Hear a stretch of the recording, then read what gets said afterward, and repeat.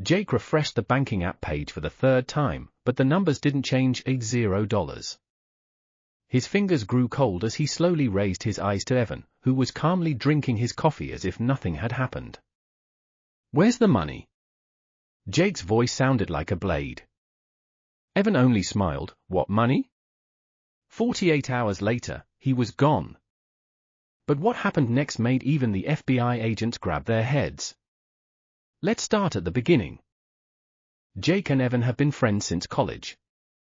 Their mobile app development company, founded 3 years ago, finally received its first big order, $500, 000. It was a moment of triumph for both friends. They signed the contract together, received the advance together, and the money was deposited into their joint corporate account. On Friday night, they celebrated the success over glasses of whiskey in their modest office. Evan joked that now they would be able to hire a real designer instead of using template solutions. Jake laughed and didn't even realize his friend had thought of everything a long time ago.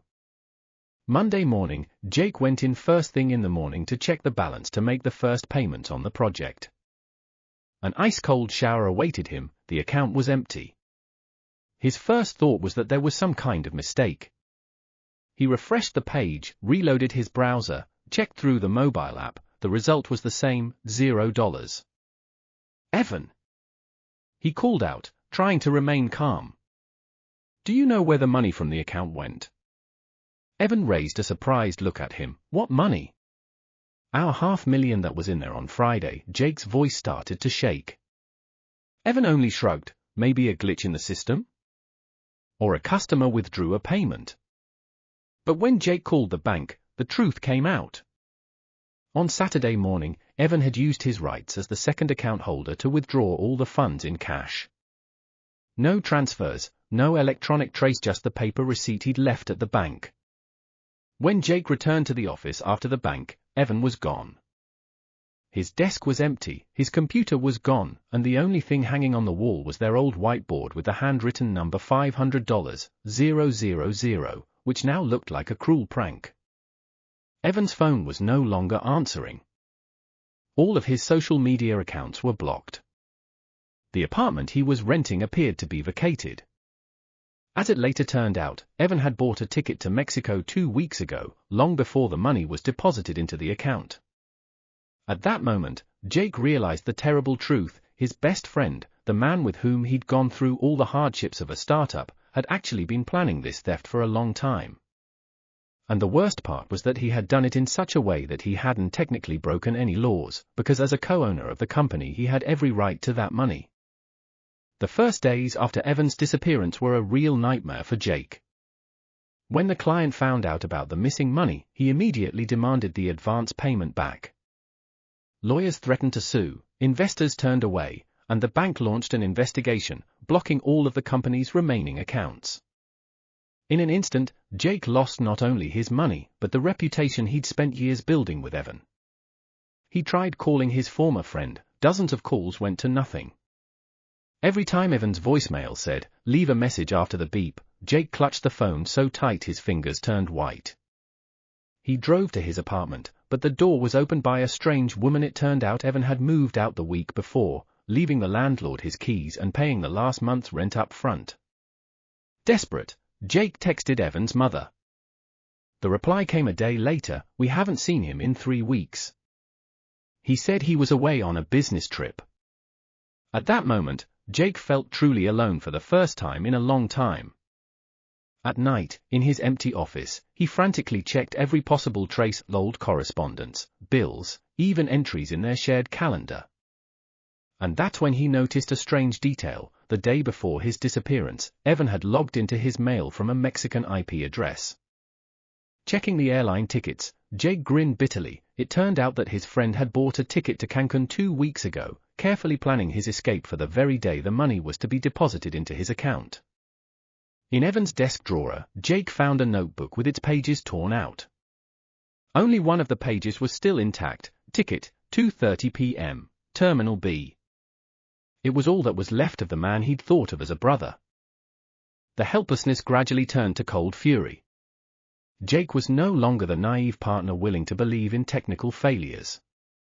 He gathered up the rest of his savings and did three things. He filed a police report, hired the best private investigator in town, and turned his empty office into a command center for the investigation. The detective, a former FBI agent with graying temples and a habit of chewing on a toothpick, placed a thick folder on Jake's desk 2 days later. "Your partner prepared for this like a professional," he said, opening the file. The picture was emerging frighteningly clear. Fake IDs. Evan had made a fake ID in Evan Garcia's name as early as 6 months ago, having lost his real passport in a theft. Cryptocurrency schemes. Through a series of anonymous wallets, he has already transferred $200,000 in bitcoins, leaving only trails leading to shell companies in Panama. Fake contracts. It turns out the big client was just a front. Evan himself created the fictitious company and conducted sham negotiations. But the most disgusting part lay ahead. The detective pulled out recent photos, Evan in snow-white linen pants, sipping a cocktail by the pool of the 5-star Ritz-Carlton Hotel in Cancun. On a table nearby, a check for $15,000 for a bottle of collectible Dom Perignon. Jake recognized his own credit card in his hand, the same one they'd registered for the company, which had been lost a month ago. That night, Jake smashed a mirror with his fist for the first time in his life. The shards reflected his rage-distorted face, no more of that gullible boy who'd believed in friendship. He methodically collected the shards, as methodically as he was now collecting evidence. "You were only wrong about one thing," he whispered to the empty office, wiping the blood off his knuckles. "You thought I'd give up. But now it's gotten personal." Somewhere in Mexico, Evan was ordering another expensive dinner. Somewhere in a police station, a case of international fraud was being filed.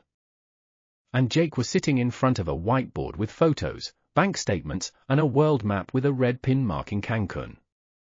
Rage was the perfect fuel. And he was going to use every last drop of it. 2 weeks later, an FBI agent in a gray suit placed a stamped folder in front of Jake. "Mr. Carter, we have good news for you," he said, barely containing a smile. It turned out Evan had made a fatal mistake. He hadn't considered the extradition agreement between the US and Mexico.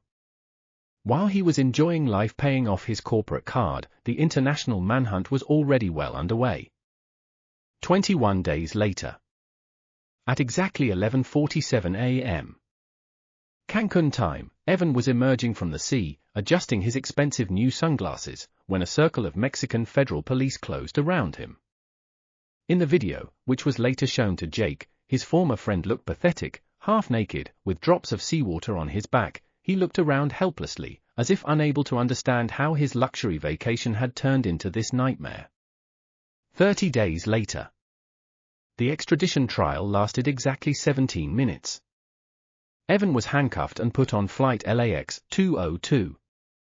When the plane landed, he was met by the same agents to whom Jake had handed the evidence folder a month ago with trembling hands. The courtroom smelled of varnish and suppressed ambition. The judge didn't even look at Evan as he read the verdict: major fraud, 3 years. Identity theft, 1 year. Forgery of documents, 1 year. 5 years total sentence. 5 years in which Jake had managed to do 3 things: recover 92% of the stolen money through the courts. Evan spent the rest on a villa and cars. Shot down an old company with a clean reputation. Start a new one, now without partners. The day Evan was transferred to a medium-security prison in Arizona, Jake received a letter. The envelope smelled like prison antiseptic. He tore it open without a tremor in his hands. "Jake, The letter began, but he didn't read any further. He tore off the strip with the sender's address: Federal Correctional Complex, Tucson, and carefully set the envelope on fire in the mahogany ashtray, the new one he'd bought with the returned money. The flames licked the paper, turning the words to ash. Just as justice had turned all of Evan's plans to ashes. The sun shone outside the window of his new office. A single photo hung on the wall, the same one from their shared whiteboard. Only now, next to the number $500,000, someone had neatly written in red marker, "The price of trust." Jake adjusted his tie and picked up the phone. Yes, this is Carter. I'm willing to consider your offer of cooperation. His voice sounded firm. For the first time in a long time,